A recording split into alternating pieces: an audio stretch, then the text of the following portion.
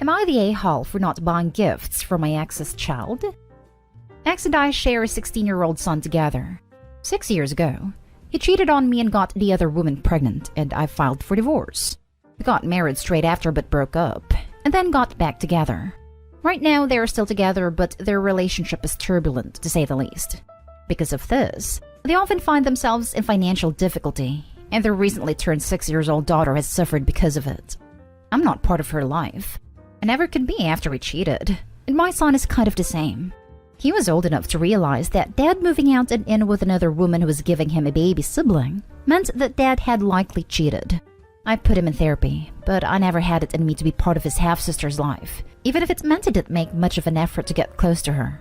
The last year has hit everyone hard, but from what my son has said, X has been hit very hard. Things went to crap in his house, and he spent thousands fixing the roof, then a plumbing issue, and then a broken window. It was X's daughter's 6th birthday 2 weekends ago. X's parents always took care of getting my son a gift from him to his half-sister, but they never really got her much. X emailed me about our son. We needed to discuss medical stuff about our son, and then dropped stuff about buying his daughter gifts into those emails. I told him I would not be buying gifts when he kept dropping it in despite my ignoring him. My son said his half-sister got basically nothing for her birthday. Nothing special anyway, and she was sad. Max told me it was my fault, and I should have got her something as the mom of her brother. I was venting to one of my friends about it, and she said my ex is kinda right. That she was the affair child and she ended up in the spot of never being as wanted as her half-siblings, and feeling the impact of less people making less effort. Am I the a-hole? Now for the top comments. Not the a-hole. I really think the word audacity fits the situation. You're not the kid's mama/auntie. She's the kid of the side piece who backstabbed a married woman. You have zero responsibility to do anything other than not be mean to her kid or not block your son's relationship with her kid. Demanding you spend your money to please her kid? No. Yes, except I'd be more upset with my ex since it was his marriage and he cheated. Not stay home. Not stay home. Why isn't the ex buying a gift for his son to give his half-sibling? Isn't that usually how it works? You never ask the cheated on person to buy your new kid a present. Ever. Not stay home. The child is innocent, but you owe them nothing. You and the child have no relationship, and they should not expect anything from you. Info. How much time does your son spend with you and your ex? We had shared custody, but since last year he has been spending less and less time with him. If your son feels that he wants to provide her with a holiday gift this year, as in he decides as a big brother to do this not because his dad is guilt-tripping him, you could support him in doing that. You aren't obligated to finance such gift, but helping him to choose something age and interest appropriate might be a good bonding moment as mom and son. It could be an opportunity where you're actively acknowledging that the child is an innocent party without diminishing the shared pain that you and your son have from the entire situation. Completely agree that you're not the a-hole here, and based on what I've seen in my own family tree, start getting hands-on about responsible finance habits with your son if you haven't already. That includes setting boundaries. I wouldn't be surprised if your ex starts asking your son for help once he has a stable income of any sort. My ex told me it was my fault and I should have got her something as the mom of her brother. So, he's one of those guys who just pulls complete nonsense out of his butt? I would have fell on the floor laughing. Yeah, the child is blameless and is in a hard spot. But she also has absolutely nothing to do with you. There are hordes of innocent children in tough situations, and you owe this girl nothing more than you owe any other impoverished child. Also, the fact that your ex is so entitled to think you're obligated to fund his affair child's birthday gift is just total horse manure. With that sense of logic and entitlement, no wonder his life is in the toilet. Not the a-hole.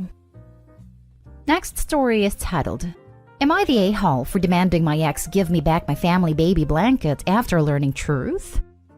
This happened a few weeks ago. Baby girl I, 27 male, thought was mine has another father. 3 months after she was born, I posted pictures of her with my ex-girlfriend of 5 years.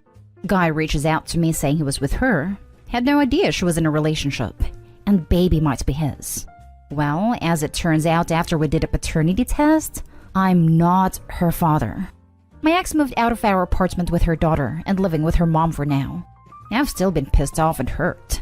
Then I found out she took the baby blanket my great-grandma made herself when she moved out since I couldn't find it anywhere in my apartment. It's been passed down in our family whenever a new baby is born. Wanted to pass it down to my kids, so that's why I was given the blanket when my ex got pregnant. I drove to her mom's house and demanded she give the blanket back since I want to have it for my future kids. My ex didn't want to. I don't know if it to be petty because it's not like she doesn't have other baby clothes, blankets, and stuff. But she claimed it was a gift for the baby, and you can't demand to be given a gift back.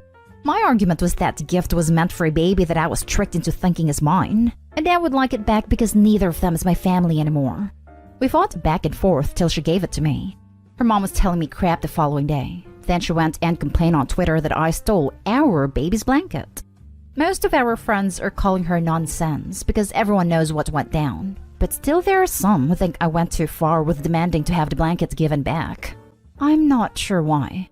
It's my family's blanket, and in the future I want that for my actual kids, not let it be taken by someone who lied and hurt me. Am I the a-hole? Not the a-hole. Simple. It is a blanket meant for your baby. This baby is not yours. If you had decided to raise the baby as yours regardless of DNA, I'm sure you would have let her keep the blanket. More than that, it's a blanket meant for Opie's great-grandmother's great-great-grandchild. This baby isn't in that line. In a sense, Opie's only stewarding the blanket on behalf of his family for the next generation. It isn't even really his to give away. Ex-girlfriend should have had the grace to leave it behind when she moved back with her own family. Not stay home. Not stay home. Put her on blast and social media with. I wanted a family heirloom intended for my child back. She lied about me being the father. Let me and my family get attached to baby that wasn't mine. Which is really worse here. Ditch anyone who sides with her after that. Everyone who's telling me this knows what she did to me, but they're looking at it like I'm taking this out on the baby by taking the blanket away. It's a family heirloom, not some random blanket you bought at Walmart. You aren't taking anything away from her baby. A baby does not need a blanket to survive. Not stay home. It's a family heirloom and that's not your baby. I'm sorry your ex made you believe the child was yours. I'm sure that was hard news to receive. Still hurts a lot, yes. I feel like an idiot, but I'm trying to process it. Glad to have it back though, and space away from her now. Next story. Am I the a-hole for calling my mother-in-law crazy and kicking her out of my husband's house because she wants him to basically leave me? My 24 female husband, 25 male, and I just had a beautiful baby girl 2 months ago. His mom is a self-made entrepreneur, and she's honestly an inspiration to me. She is strong, intelligent, had fought hard for everything she owns, and before I got pregnant, we got along just fine. She supported me in my professional decisions and never showed any sign of not approving our relationship. When we told my husband's parents that we were pregnant, his dad congratulated us and looked so happy to be a grandfather. His mom? Not so much. She quickly asked us what we were gonna do, and that if we wanted to terminate, she'd support us. She believed that we both had promising futures, and if we had a baby this early in our careers, we'll never fulfill our dreams. But my husband and I assured her that we had everything planned. We both agreed that I was gonna dedicate a year to our daughter, and then I was gonna get back on the field. We never asked them for a penny, and neither of us waited for them to fund our new lifestyle. My mother-in-law didn't like it. My husband had a good job, had just enrolled himself in a master's degree, and now he's gonna be a father and a breadwinner of the house. For her, it was too much on his shoulders.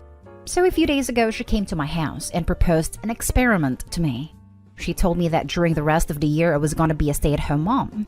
I could go back to my parents, and this will allow my husband to come home and rest after a long day of work or school, and during the weekends he could go to me and visit us if he had the energy to do so.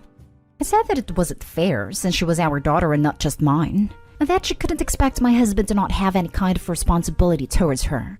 She said that after I ruined my husband's life with an early baby, that's the least I could do. That I was gonna grow comfortable after 1 year of doing basically nothing. And that if my husband was lucky, this would end in a divorce, which for her, it's the best outcome by now. I couldn't believe what she's proposing to me, and told her that she was crazy for even thinking that, and that our baby didn't appear magically in my belly. I kicked her out, and when my husband came home, I told him everything, and we decided to cut contact with his mom.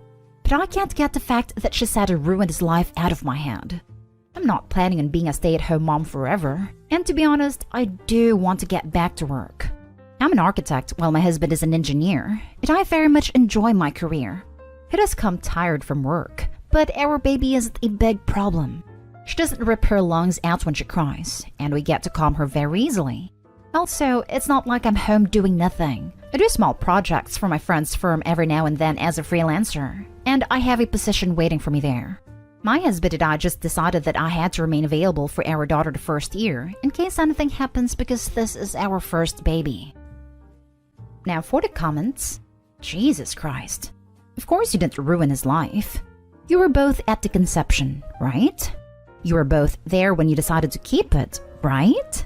Don't belittle your husband like his stupid mother does. Not day home. I was just coming to comment the same thing. His mother does know that it takes two to tango, yeah? She really does have no confidence in his abilities to adopt, doesn't she?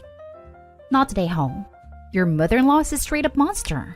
Mothers who get attached to their sons so strongly creep me the hell out. It was bad enough she suggested to terminate the baby, but her behavior now is just bizarre. Not day home. Not day home. Not only is your mother-in-law a jerk for saying something like this, but my parents waited to have kids, and my mom regrets it, as does my dad. They are not in their prime, and with a 7 and 10-year-old, it's hard on them. I'm entering college. Big jump in ages, I know. And my dad says how he had to actually ask for a downgrade in work and pay because he couldn't do as good a job to care for my siblings. My mom is in menopause, while my sister is going through puberty. It's like a war zone in the house. Have a child when you can enjoy it. You can enjoy your daughter now. You have everything planned. You're doing great. If your husband had a problem with this, he would say so. And he definitely wouldn't have agreed to cut off his mom if he agreed with her. I am not saying having a child later in life is bad. Just it's best for different people at different times.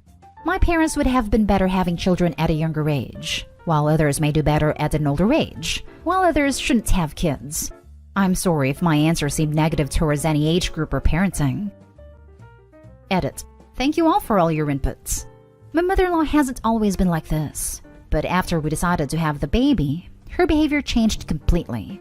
I'll answer some of the questions you left. Again, thank you so much. Now for the last story.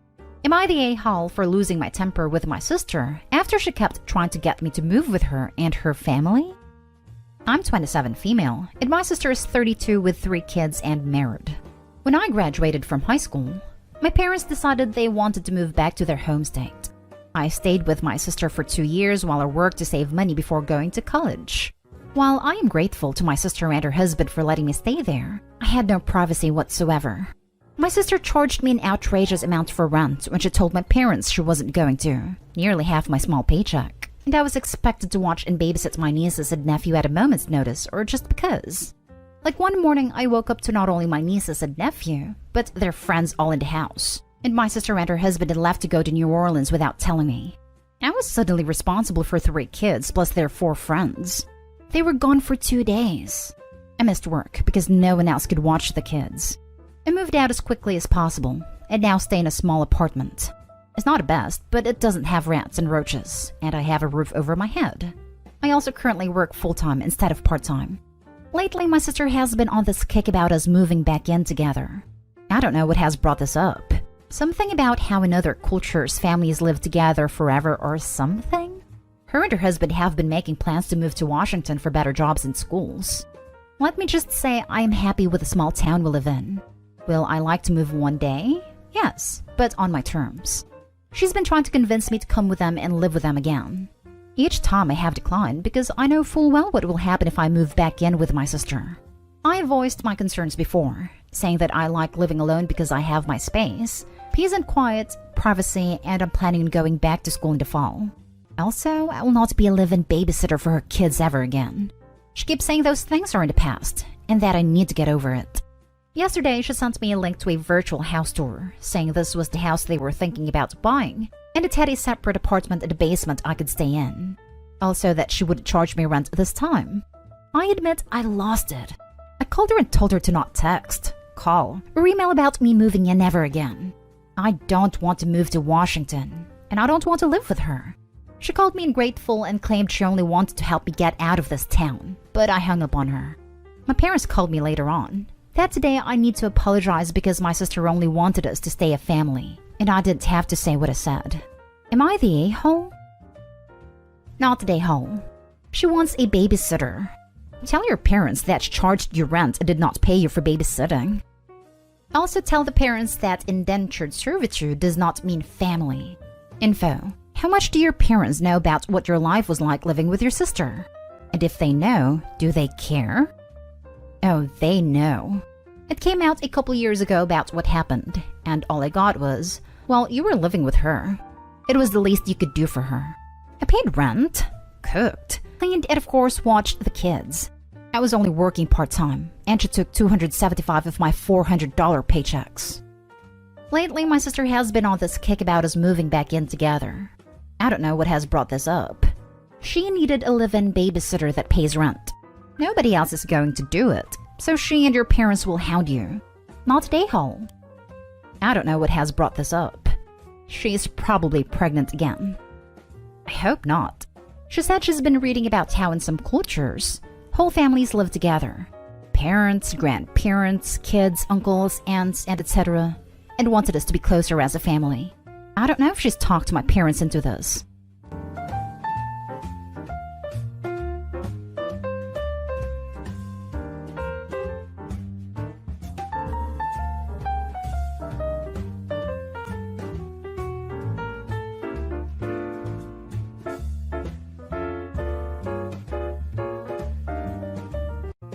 Am I the a-hole for no longer being an emotional support daughter?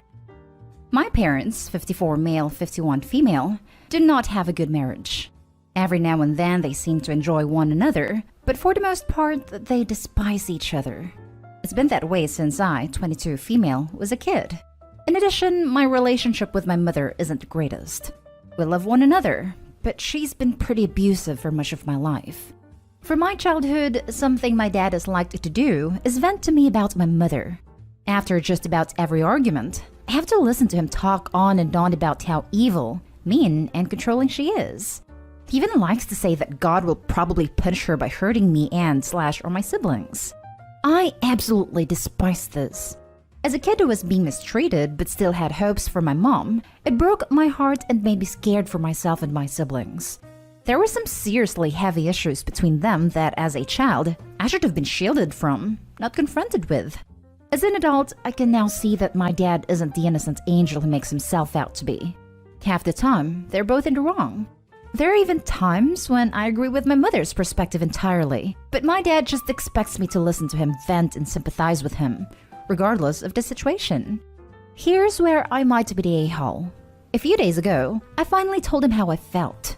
I told him that as his daughter, I didn't feel that I had any place being privy to his and my mom's marital issues. I told him that it wasn't my business. He was highly offended. He said that I was being cold-hearted just like my mother, and that one day I'd need somebody to talk to. My response to this was, well, I have friends. He was visibly hurt by this. It was harsh, I know.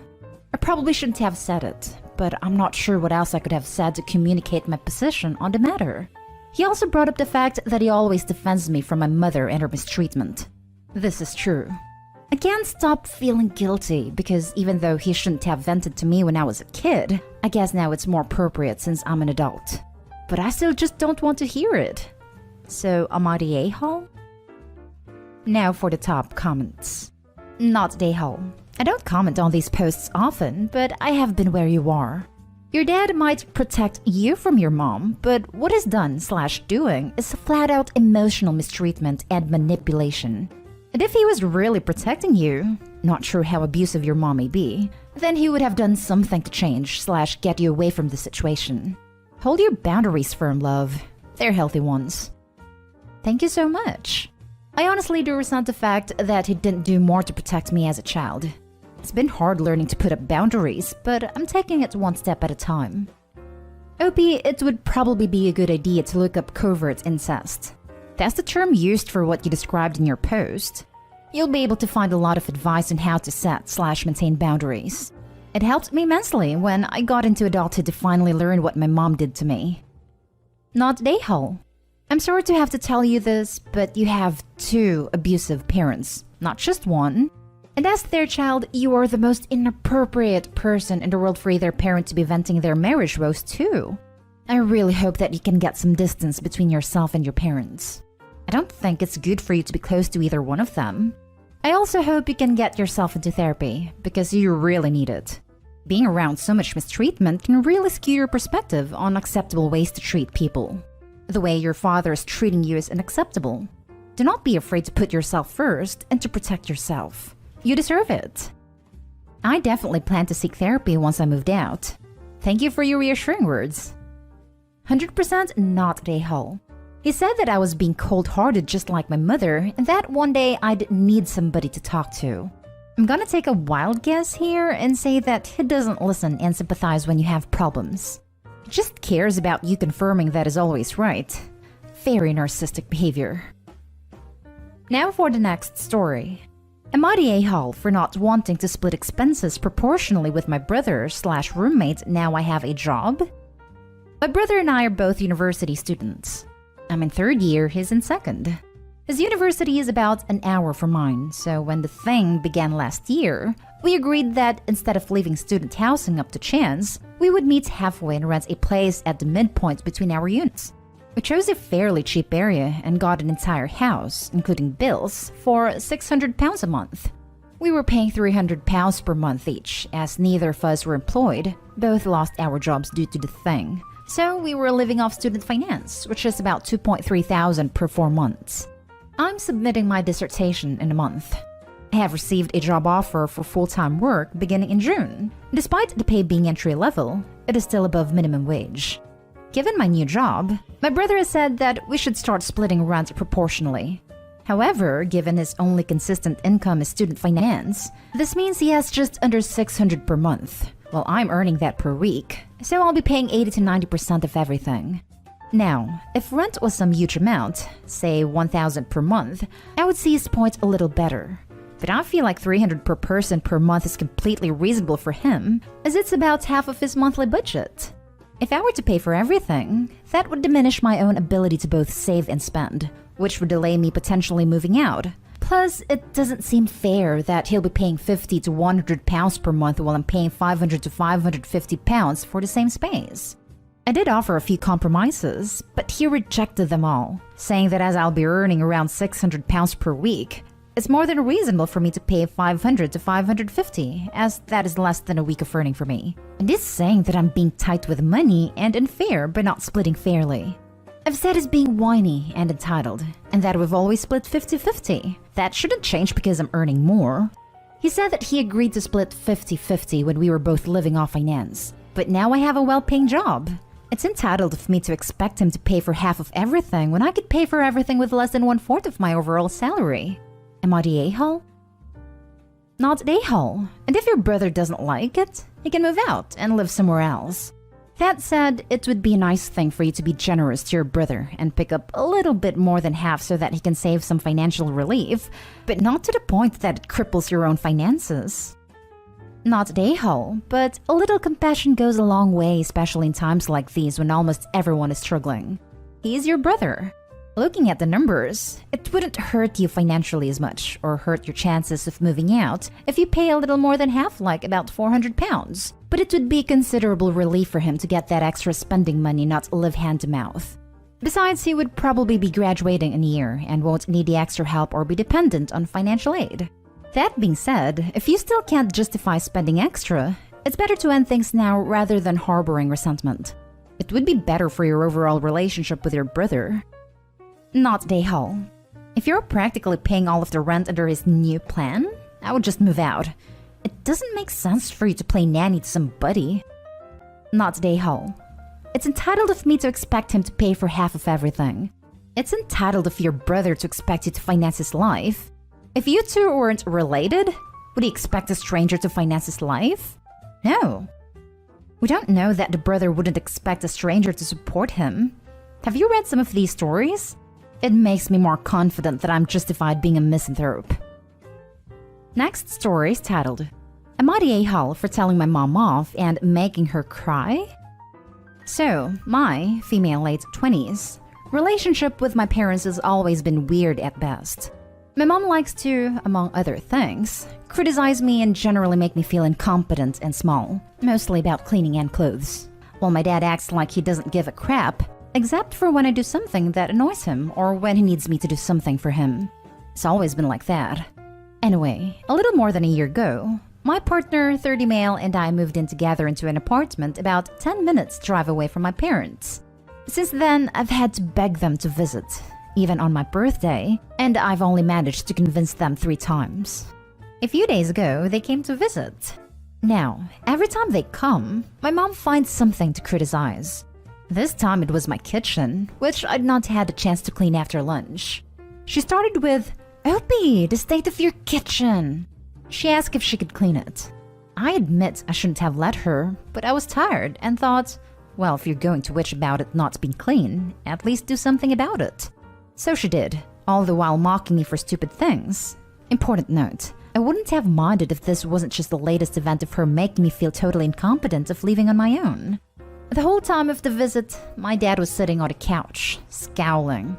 If you ask him anything, he just shrugged and was asking every 5 minutes, including just when he stepped into the apartment, if they could go home now. When I asked him, "Aren't you glad to see your only kid after a long time?" he replied, I see you on Facebook every day. We don't chat on Facebook, so I guess he meant that he sees my profile picture. And when I asked him if he'd like to see my balcony garden, which I'm insanely proud of, he said, "I don't give a crap." Well, the next day, my mom called me. I wasn't going to say anything because I hate fighting with my parents. But when she, as always, opened the conversation with, "Why do you never call me? Call her weekly if not daily," I just couldn't hold it in. I wasn't yelling. I wasn't rude. I calmly said something along the lines of, "Yeah, I didn't call you because I'm not exactly happy about what happened yesterday." Her, "What's wrong?" Me, "Well, for one, Dad was behaving horribly and you always find something to criticize me about, making me feel incompetent."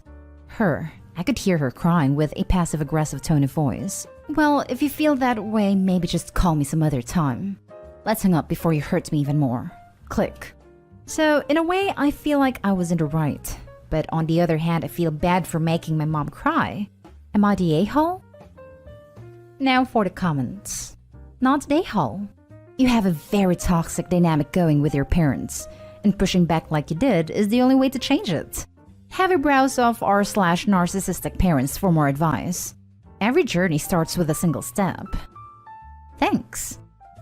I mean, you know this is how they are, so why are you even begging them to be in your life? They're not going to morph into some set of super kind, supportive parents all of a sudden. This is who they are. I'm not saying that's awesome. In fact, it sucks, which is why at the part where you said you had to beg them to come over, I was like, why? But you aren't doing anything different than your mom actually. You're both huffing and puffing and sighing and being all passive-aggressive upset via your criticism that the other isn't behaving how you want them to. So everyone sucks here. I would just like to have a normal relationship with my parents. I know, I'm slowly but surely coming to the realization that nothing will ever change. But it's hard. Every kid wants to feel accepted by their parents. Not a-hole. You just told what you felt. Your mom sounds very narcissistic. And forget about your dad. If he doesn't want a relationship with you, then let him be, and don't try to force it. Stop inviting them over. Call/text your mom, but don't try to meet up. The thing is, they'll emotionally blackmail me when I try to go low contact. And we do have moments when we get along great, and it's these moments I would like to have with them more often. But then they pull crap like this. Now for the last story. Am I the a-hole for refusing to even entertain the idea of dressing my kids up to see their grandparents? Their grandparents are my biological parents. My parents and I have spent some time apart. I stopped speaking to them around 2011, and we got back in touch in 2018 when I sent them invitations to my wedding. I have 3 kids, ages 11, 7, and 5. We've not seen my parents in person for a while due to current restrictions, but 2 weekends ago we were able to meet them. I felt the meeting was fine. However, afterwards, I texted them to say we should meet up again soon, suggesting this weekend. They said yes, but the response was very curt, and I felt they might be upset with me. I asked if something was wrong, but they insisted it was fine. Fast forward to today, and we're planning to meet up again tomorrow. I was confirming they were still good to meet, and Mom made some comments about making sure the kids put in an effort this time. I thought she was talking about their attitude, so I called her to ask if my kids insulted her somehow. But she said that she meant appearance. She feels that last weekend, when my kids all showed up in trainers, jeans, and a hoodie, they were being disrespectful, not putting in the effort. I said, "Mom, they're kids for Pete's sake." Mom maintained that there was a certain level of respect accompanying clothing, and them wearing anything less than smart casual was disrespectful, considering that she and my dad, as well as my husband and I, put in effort. I refused to even let her finish half of her sentences, saying I wouldn't make my kids dress up to see them. Mom became frustrated and ended the call. But I then received a string of texts about how it would be nice if I could convince the kids to look nice when they see her, saying it's not a lot to ask and it teaches good habits. And even if I wouldn't do that, the absolute least I could have done was let her finish a sentence. I said she should say something else then, and she said I was being very rude by not letting her have an opinion and shutting her down like I did, and expects an apology. Info: Mom defines smart casual as shirts with buttons or trousers for the boys, not both at once, and a skirt or nice top for my daughter. She says the trainers can stay if they must. She feels that a button shirt or a skirt is not a lot to ask, particularly in summer, when a skirt or short-sleeved shirt would be appropriate for the weather. Am I the a-hole? Not the a-hole. What a boomer complaint. Ask if they like no contact better. Edit to add, I want to see your children, but not to actually know them. Dress them up like good props, and be sure they don't talk either. Your children should dress up to show respect for me, the grandmother they do not love and hardly know, due to my own prior bad conduct. Your mom, the a-hole. Not the a-hole. She's correct that there are times where clothing and dressing up is a sign of respect. A weekend visit with close family's not that. If y'all were going to a fancy restaurant, that would be different, but a close family visit? They should be allowed to be comfy as should all of you. Not the a-hole. Unless your mother is Queen Elizabeth II, I wouldn't worry about appearances. If your kids are comfortable, clean, and dressed appropriately for the weather, what else matters? She should be grateful she gets to see them at all. I think sometimes she thinks she's the queen. She defines smart casual as a shirt with buttons for the boys and a skirt or blouse for my daughter, none of which would be appropriate for our typical activities. Park or beach. Not the a-hole, and I see why you stopped speaking to them for some time. It is sad that she is focusing on clothing versus the actual people she's seeing.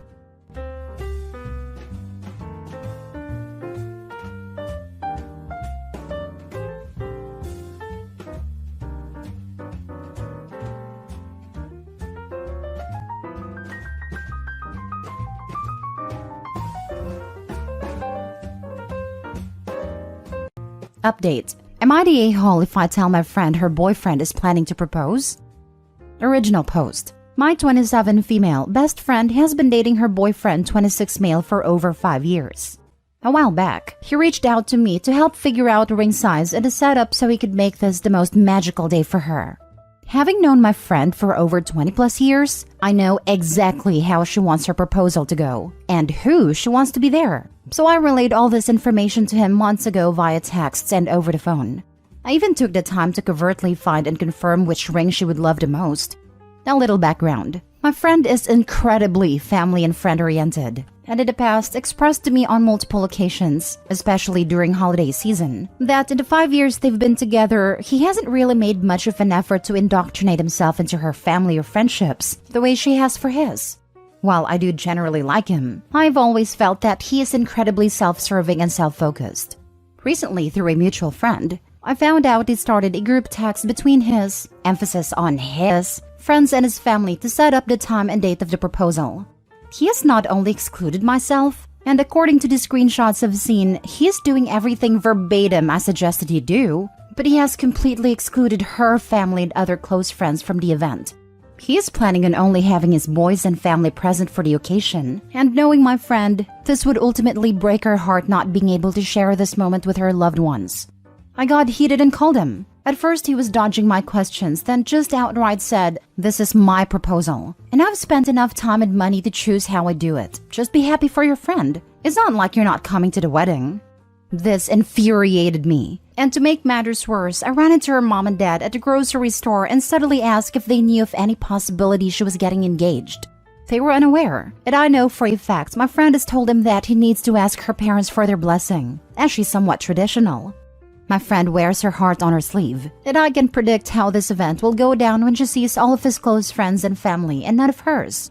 Considering her previous sentiments about his lack of interest in her family/life, she will 100% see this as being hurtful and selfish, and I know she'll cry. To make matters worse, the location of the proposal is a whopping 30 minutes from her parents' home. I don't want to get involved in a fight or reveal the surprise, but on the other hand, I feel I owe it to my lifelong friend to help her avoid being hurt and disappointed. Maybe even helping her rethink what her future would look like with someone who just doesn't really appreciate what she values in life. So am I the a-hole if I tell my friend her boyfriend is going to propose? Now for the top comments before reading the updates. Oh hell, let the guy royally screwed up his proposal. It's not like you haven't warned him. You can't tell him anything anyway. I hope your best friend sees her intended and all his family flying the red flags. Sadly, you will be the a-hole. I agree. Let her see for herself how utterly self-centered this guy is. It will hurt her absolutely, but it will also reaffirm her beliefs that he's all about him. Don't tell your friend. I completely understand why you want to, but hear me out. Let this dude show his true colors. If you get in the middle, you may be seen as petty and jealous. Let him propose his way. And when your friend comes to you and complains, you can kindly and gently tell her that you try to get him to incorporate her friends/family. Then, you can gently ask her if she wants to spend the rest of her life with a man who doesn't honor her wants/desires. I repeat, just let this play itself out. You would be the a-hole if you interfere prior to the proposal. Do not tell her. As much as you know her and want this proposal to go as planned, it is ultimately up to her boyfriend how he wants to do it. If your friend is disappointed, then that can be her sign to discuss with her fiancé about moving forward. It is not your place to tell her or intervene at this point. Since this is the top comment so far, I'm hoping my response here will be seen by the masses. Fellow Redditors, let me make this super clear. You've convinced me tenfold not to say anything to her, and to let things play out as they should. I've done the extent of what I can by trying to reach out to him, and he decided not to listen to me. That's on him. It's not my place to initiate a fight/problem and possibly ruin things before they even happen. Trust me when I say, I am not going to go through with it. I see now that this is 1000% not my place regardless of my loyalty and relationship with my friend, and would just be making things far worse by injecting myself where I have no right to be. On a side note, I really just want you guys to understand that at the end of the day, I'm a stranger to you. But more importantly, just like you, I'm only human. Please don't make hurtful assumptions in my character or my relationship with my friend based on a very brief summary of the situation. I know as well that this is the internet, and by posting here, I've essentially invited such declarations on myself. But I came here for advice since I was admittedly operating in an emotional state, and nothing good comes from making decisions when you don't have a clear state of mind. All I ask is that you please be respectful and know that I have read and acknowledged that this has certainly earned a you're the a-hole judgment. Please just try for a moment to understand that we all have people in our lives we care deeply for and want only the best for them. And when we worry for them, it can sometimes obstruct our judgment. This doesn't make me a bad person or friend, just utterly and completely misguided. Edit/update. I did not tell her parents. I covertly inquired if he had spoken to them yet about proposing since it's been 5 years, like in a joking way. This proposal is scheduled for this weekend. I will give you guys an update on how it goes. After so many responses, I have decided not to say anything and to let things play out. I gave him an opportunity by expressing the need to invite her parents and friends, like she always wanted, and he chose not to. That's on him, not me. Now for the full update. So on Saturday, the day of the proposal, I got a call from her boyfriend. He was screaming at me, blaming me for not showing up because I was uninvited to the proposal with her parents, because she was upset they weren't there. I was freaking slack-jawed. I told him I knew this would happen, and he says verbatim, "You just admitted you knew this would happen. So if you knew the whole time and you actually cared about her, you would have invited them." I was gobsmacked and hung up on him. Not even an hour later, I got a call from her asking me to come to her parents. According to her, this is how the situation played out. He popped the question, she said yes, and the people he invited popped out from hiding. She was bombarded by 4 of his guy friends: his mom, dad, older brother, and his sister-in-law. His parents were holding a sign that read, "Welcome to the family, Mrs." Insert his last name here. And this is where things go downhill. I did not know this before, and I thought I knew everything. But my friend doesn't want to change her last name, and she's told him that repeatedly since they got together. She's an only child from a Ukrainian family, and with everything going on with Ukraine in the last year, she's doubled down. When she saw the sign, she joked, "Mrs. his last name? I think you mean Mrs. her last name."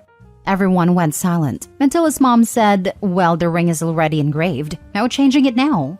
She takes the ring off and sees Mrs. his last name engraved on the band. Then she asked if her parents were coming. He gave every excuse. He didn't have their number, there were too many people there, he wanted to keep it private, and eventually said, "This was my proposal to you, and now my family's your family. We can just send your parents the pictures later." She took the ring off and left. That's when I'm assuming I got a call from him. She went straight to her parents. She asked them about the engagement, and they were clueless. She then asked if I knew anything.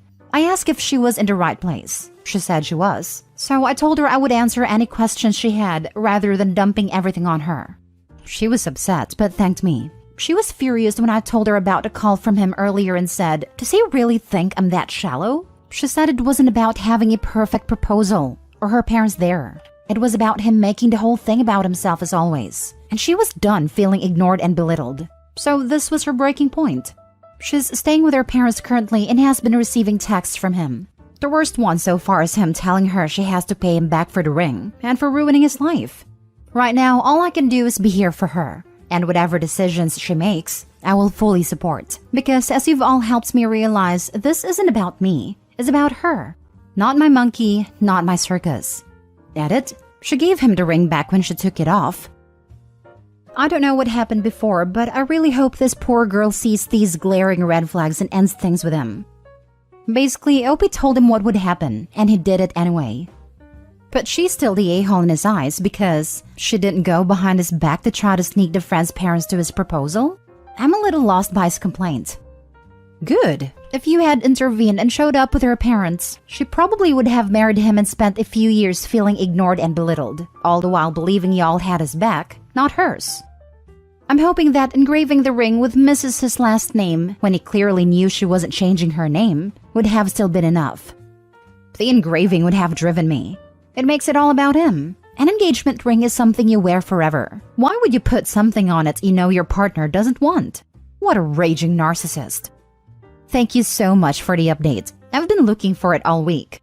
I'm so proud of your friend. It must have been so hard to take the ring off and walk away in front of all of his people. She has saved herself such hardship and trauma by nipping it in the bud. I can't believe that he thinks that she should pay for it after he had it engraved with something he knows she didn't want. It seems that he and his family were trying to force her to take their name. I guess he'll be going shopping for a new bride now that he has a ring. Lol. I wish you and your friend much happiness. You're both strong. Huh, right? Why should she pay for the ring? It has his name on it. He's lucky she didn't throw it at his face. Last story. Am I the a-hole for wanting to invite my mom to my wife's planned activities? Me, 47 male, and my wife, 42 female, have 2 kids. A 9-year-old girl and 6-year-old boy. Both of my wife's parents have passed. Her mom about 14 years ago and her dad about 5 years ago. My wife works in the medical field and works a lot of hours. During the work week, she's typically gone for almost 10 to 11 hours and barely sees the kids in the morning and only for a couple of hours at night. My mom watches the kids in the morning for about an hour before school and then a little over an hour after school 4 times a week. So, she gets to see the kids probably more than my wife does during the school week. During summer break, my mom is usually watching the kids 3 times a week for about 8 hours a day. Now, my wife is excellent with coming up with activities to do with the kids on the weekend. Once or twice a month, it will be a planned event like Disney on Ice, see a reptile show, visit an apple orchard, see a play or musical at a local high school, etc. On several occasions, I wanted to invite my parents to some of these events, but end up getting pushed back from my wife. My wife's argument is that she barely gets to see the kids during the week and wants some quality time with them. And if my mom comes, the kids will just ignore her and want to hang out with my parents instead. In her defense, she's right. My kids love their grandma and will pretty much ignore both of us when she's present. So I see my wife's point of view. But my mom's feelings will then get hurt when she sees the photos later up on Facebook and wants to know how come she wasn't invited. Now, I'm not saying my parents don't get invited to anything, because they do. They've been on 2 Disney trips with us and plenty of other events. But the majority, I feel, are the smaller local events that might last an hour. I just feel like recently my mom has been excluded more. We've had 4 planned events recently and we didn't invite my parents to any of these. I brought this up with my wife, and a big argument ensued. Your mom gets to see the kids plenty during the week or when she's babysitting. My argument is that my parents are not our nannies, and them watching the kids during the week isn't exactly fun time. I told my wife I don't want to invite my parents to every event, but maybe every 3rd or 4th event, but I still get pushback on this. I then ask, if your parents were still alive, would you be excluding them as well, or is it just my parents for some reason? I know my wife doesn't hate my parents, but I know she sometimes gets annoyed because of conflicting personalities.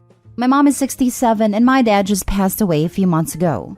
Life is sometimes short, and anything could happen. I would like to see my kids spend as much time as possible with their grandparents at this fun age. I don't want to make separate activities where I specifically invite my mom because it just makes the month too busy, or we'll just end up taking the kids from my wife if she doesn't want to come with. Now for the comments. I don't want to make separate activities where I specifically invite my mom because it just makes the month too busy, or we'll just end up taking the kids from my wife if she doesn't want to come with. Sorry, but this is the solution. You just don't want to hear it because it requires work from you. If you want your mom to be able to come to outings with your family once a month, talk to your wife about 1 weekend a month being set aside for you to make plans for a fun family day that will include your mom. This will free up your wife a bit. And if she decides she doesn't want to come, well, women appreciate time away from their families too every now and again. Your wife is a grown woman who can make that choice for herself if she would prefer a day to herself or a day with her kids. Right now, you want to have your cake and eat it too. You want your wife to keep planning fun family events, but you want to force her to plan them in a way that you prefer. Nope. If you want to control who is invited to an event, you need to be the one planning it. If your wife is the one setting up activities, she's also the one who gets to decide who is invited, and if this is something she wants to do with just her family or with her mother-in-law as well. You're not wrong that it would be great to invite your mom along to your family outings, but you are wrong in thinking you should be able to force your wife to invite her to events for your family that she planned. Start planning things yourself if you want to invite your mom. You're the a-hole. Yes, this is exactly what I was going to say. Wife is clearly very busy, but still finds time to plan these fun events with her husband and kids. It makes perfect sense that she wants bonding with her to be the point of those occasions. Opie needs to take some initiative. It'll take a weekend off the wife's plate and it gives him permission to invite mother-in-law, but definitely notify the wife that mom will be there first though. Honestly, to me this sounds like Opie's poor wife is raising 3 kids, not 2. I feel horrible for his poor wife to shoulder the majority of the workload for everything it seems, and then tries to pull the "if your parents were here" card. He'd have been sleeping at mommy's house if it'd been my husband for that one alone. Whoa, where did my wife carrying the shoulder load come from? That's a pretty big assumption. Yes, she works a lot of hours indeed, but I'm not just sitting around. I get the kids up and ready for school, make them breakfast, prepare their school lunches, make dinner for the whole family, get them ready for bed and put them to sleep.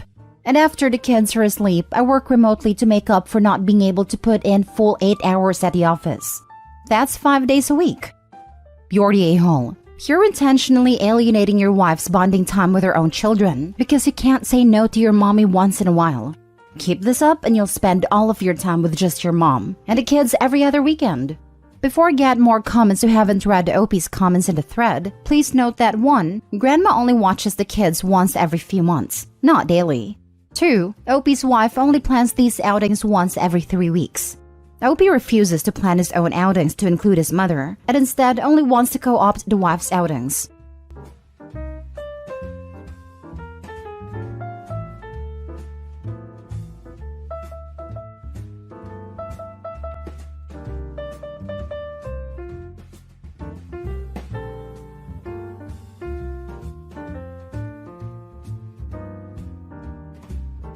Am I the a-hole for refusing to apologize for accidentally breaking my brother-in-law's nose and kicking him out of my house? Plus updates. Some context. I, 32 female, was violated when I was 17 during a home invasion when I was home alone. It has taken me years of intensive therapy to learn to live with what happened to me, and I am now in a great place and overall happy. I should mention that as part of my healing process, I've taken Muay Thai/kickboxing since I was 18 to help develop a sense of control and self-defense. One of my few triggers due to the nature of how my attack went down is being grabbed from behind. Being grabbed from behind automatically makes me panic and triggers my PTSD. All my close friends and family are aware of this. They don't all know the reason behind the fear, they just know not to do it, including my brother-in-law. Now, on to the AITA part. Last week, I hosted a get-together with a couple of family and friends at my home. My brother-in-law, 29 male, has always been something of a prankster/jokester. In the 5 years that he and my sister have been together, we have gotten along fairly well, and his prankster ways has never been an issue since he's never really directed them towards me. At one point during the evening, I went upstairs to change. My brother-in-law thought it would be hilarious to scare me as a prank. While heading back downstairs in the hallway, he came out of the guest room and grabbed me from behind. I lost it, and in my panic, I elbowed him in the face, which ended up breaking his nose. Even after everyone rushed upstairs and I saw it was just him, I could not stop spiraling and was in a full meltdown. I ended up calling him every name in the book and kicking him out of my home. Now that a few days have passed, my sister reached out stating that she thinks I need to apologize. Her reasoning being that he had no way of knowing that pulling a harmless prank would have caused such a reaction, especially since he didn't know the reason behind my fear. I stand by that it doesn't matter that he didn't know the details of why I was scared. He was aware that it was a debilitating fear caused by something traumatic and should have known better. Not to mention that he has yet to apologize to me as I broke his nose. Our family believes that my violent reaction was justified, however, they do think that kicking him out was a step too far. So, am I the a-hole? Now for the top comments before reading the updates. Not the a-hole. What gives him the right to put his hands on you? Period. The fact that he knew not to grab you from behind and did it anyway. Fool around and find out comes to mind. And he found a hack out. How old is he? 12? Pranks aren't cute/funny after 12. Not the a-hole. You're pretty awesome. Like movie-style takedown awesome. I like the above suggestion about saying, sorry, you didn't take me seriously and your nose got broken. Kicking him out was a valid reaction. You don't grab women from behind in the dark. No type of apology at all. It is not her fault he is a pervert. Not the a-hole.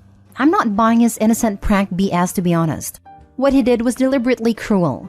Knowing what it would do to you, he decided to do the thing that traumatized you so much. Think about that. He thought it would be a funny thing to do. That's not a prank. It's freaking psychopathic. It wouldn't surprise me if he was getting a thrill from it. I'm also not believing he doesn't know what happened to you. He knew you had a huge trauma, and he knew that as a result of this, being grabbed from behind is hugely triggering for you. Unless he has the intelligence of a lump of moldy cheese, he knows what happened to you. It's not hard to add it up. You owe him nothing. He owes you 1,000 apologies. Now for the first update. First and foremost, I would like to thank everyone for all the support and wonderful comments, especially all the comments calling me a badass for learning to defend myself and get to the point where I am today. Truly thank you. You all put a genuine smile on my face. Also, all the fool around and find out comments made me laugh, which, after all the recent events, was definitely needed. I wanted to first clarify/answer some common questions I saw. For those wondering what I meant by being grabbed from behind, it is not a simple tap on the shoulder or a gesture someone would make when simply trying to get your attention. When I say grab from behind, think bear hug. Also, for those wondering, my attacker was caught and is currently still behind bars. I ended up sending my family, sister, and brother-in-law included a link to this post. After reading the comments, you all have made family members that were previously thinking that I took it too far in kicking him out apologize and agree that until I felt comfortable, my brother-in-law is not to be invited anywhere I am. Especially since I am told he is doubling down on while maybe it was messed up of him to scare me, it was still just a prank, and I still broke his nose and need to apologize. So, with that being said, I decided that he could kick rocks and I hope his nose heals crooked. My sister and I have not spoken. She sent me a text asking to meet me this weekend to talk. Throughout this ordeal, the thing that has hurt the most has absolutely been the way she has downplayed what her husband did. She more than anyone knows how hard everything was for me and was there to see the aftermath of my attack. Depending on how everything goes this weekend, I will take the advice you all have made and make the decision on whether I need to go low/no contact with her. At least until she fully understands the severity of the situation and apologizes. I will possibly update this post one last time after this weekend to let you all know where we stand. Again, thank you all. Second update. Hello all. After a very difficult and tearful conversation with my sister, I have come to the decision to go low/no contact with her. Completely no contact for some time. She, like the rest of my family after reading all the comments you all have made, finally saw it from my perspective.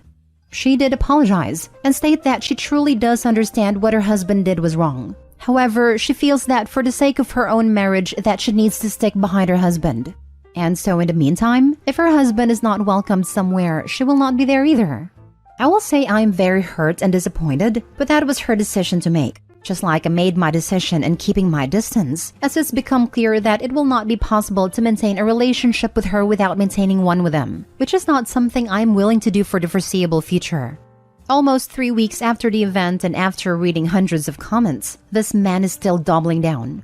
Even apparently had the nerve to say that the reason why everyone is on my side is because I provided a sob story beforehand. He still apparently fully believes that despite it being messed up, it was still just a joke, and I overreacted, and I'm lucky that he doesn't decide to sue me for the medical bill that he is going to receive for the broken nose. Not that it will go anywhere, as him grabbing me is considered crime. Why do these pranksters think their desire to pull pranks is more sacred than the desire to feel safe in one's own body/home? What is funny about making a woman think she is being attacked?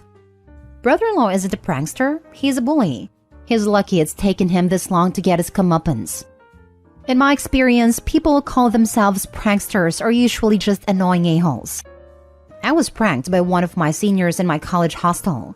In her defense, it was not just her, but a lot of idiots who used to do this. Anyhow, she waited in the dark while I was coming out of the cafeteria after dinner. She just made a very loud noise and jumped in front of me. I freaked the heck out, and in reflex slapped her in her face.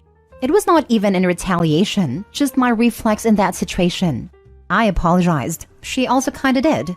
But no one pranked me after that. We all used to joke about it months after this instance. Who the heck sneaks out of a bedroom and grabs a woman from behind by surprise, in her own house, when everybody else is downstairs?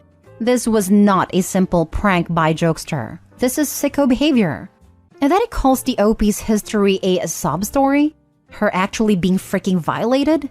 This man is dangerous, and I would be worried about OP's sister living with him. Good for the OP breaking his nose. Too bad she didn't rupture his balls. Yeah, it sounds like a guy testing the waters to see how far he can go and still get away with it. A lot of predators test out their technique for creepery on women and their families first. I think she angered him earlier, probably something minor at that, and he was trying to put her in her place under the guise of a prank. Next story. Would I be the a-hole if I refused to let a friend move in due to their other friendships? Academic year 2019 to 2020. Whilst doing my master's degree, I, 26 female, lived in a flat where I was viciously bullied and gaslit. It put me in an extremely dark place mentally, and I'm still in therapy due to this. It was mostly a group of 3, Jade, 24 female, Erin, 25 female, and Ben, 28 male. I moved into the flat alongside a close friend, Jane, 25 female. Jane did join in with some of the bullying and did absolutely nothing to stop the rest as they were her friends. She is also somewhat romantically involved with Ben and are a bit codependent. She has never apologized and often ignores my boundary of I don't want to know about them or have nothing to do with them. Jane is on the autistic spectrum, which is why I don't hold it against her as much as she doesn't fully understand. I have just tried my best to avoid situations where I know she may have also invited my tormentors. The few times I have seen them due to Jane or running into them, they have been foul. From that nasty giggling behind your back stuff and at things you say, to mocking my accent and implying I have an eating disorder, etc. Considering their age, it is pathetic. We all still live in the same city, sadly.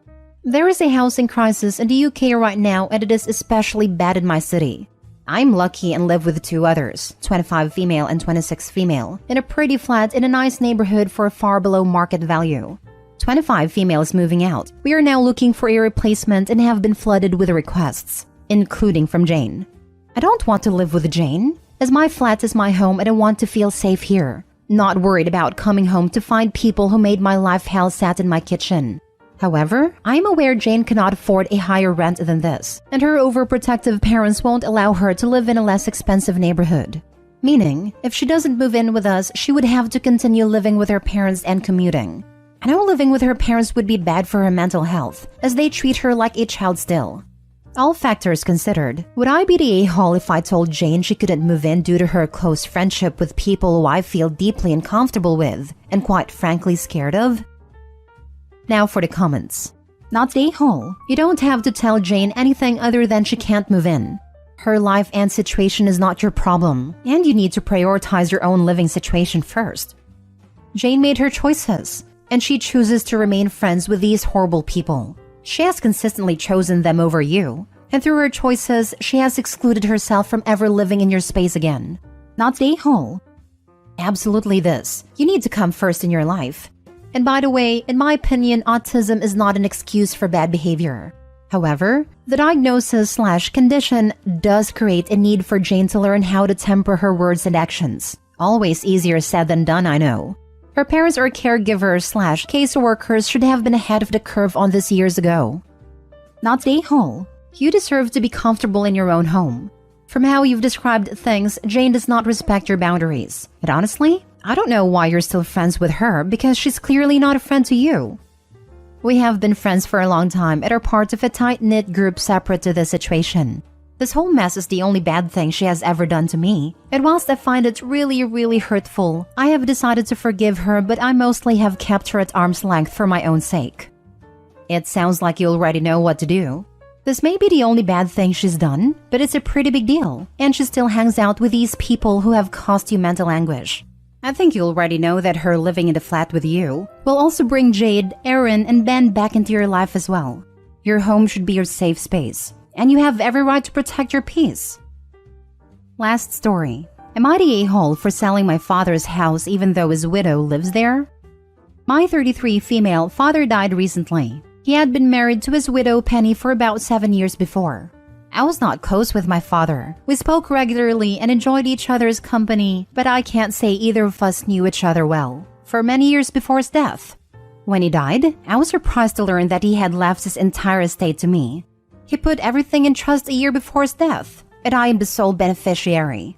Besides the small sum that he left to Penny, the lawyer said he was advised not to leave her nothing in case she tried to contest it, so everything including his house is now mine. My father's lawyers and mine have advised that the will is structured such that it would be near impossible and very expensive to challenge. I don't want my father's money. I don't need it, and given our relationship, I don't feel right using it. However, he obviously wanted me to have it. So, I intend to transfer everything over to my daughter, make her the beneficiary of the trust, and she will have that in addition to her own trust fund once she is of age. However, I do not want to keep my father's house. I do not live in the same country as my father, and I do not want to deal with the admin of his possessions. I want the legal business done, and to close the book on a very painful chapter and grieve quietly. The trouble is, Penny lives in the house. Penny does not work and was financially dependent on my father. So while the lawyers say she could fight to stay living in the house, she likely can't afford legal counsel. Also, because of her lack of income, she would never be able to maintain the house, which is quite large. So I would then have to keep up the house and grounds while she lived there, which I am not willing to do, both because of the cost and because of the continued involvement with my father's life, which I do not want. I have notified her via the lawyers of the intention to sell the house, which has led to vicious and vitriolic messages from her kids, calling me evil and heartless. I understand this is inconvenient for them, but I'm not responsible for what my father decided to do, nor am I responsible for the people or the mess he left behind. I'm not doing this to get one over on Penny. I'm just trying to be done with a traumatic part of my life. Am I the a-hole? Because of the cost for upkeep that you can't afford, I'm going to go with no a-holes here. Except your father, because I find it unconscionable that all he left to his widow was a small sum, and even that was only to avoid her contesting it. Why on earth was he married to someone he cares so little about? My father was a peculiar man. It's quite possible Penny did something small to irritate him one day, and this is how he took his revenge. Once you have a set price with your realtor, give her and her family a chance to purchase the house before you list it. Then if they refuse, go ahead and sell, not the a-hole. This is the right way to do it. Tell her family you are not going to be responsible for the property and are selling, but you will give them the chance to purchase the property before listing it. I have a strong feeling no one will step up. I think this is one of those situations where you have to consider if you can live with your own decision. Opie may be legally in the clear, but this is a deeply personal moral question, since the dad sounds like a horrible man who forced Opie to play a cruel game upon his death. Opie admits it is possible that this whole inheritance could have been a vindictive act of revenge against the wife for something very minor. It is very cruel to have left his wife, who was financially dependent on him, in a completely vulnerable state, and Opie neither wants nor needs the money. While this is Opie's choice to make, they have to decide if they want to play an unwilling role in their father's twisted games, or perhaps sign the house over to the late wife just for their conscience sake.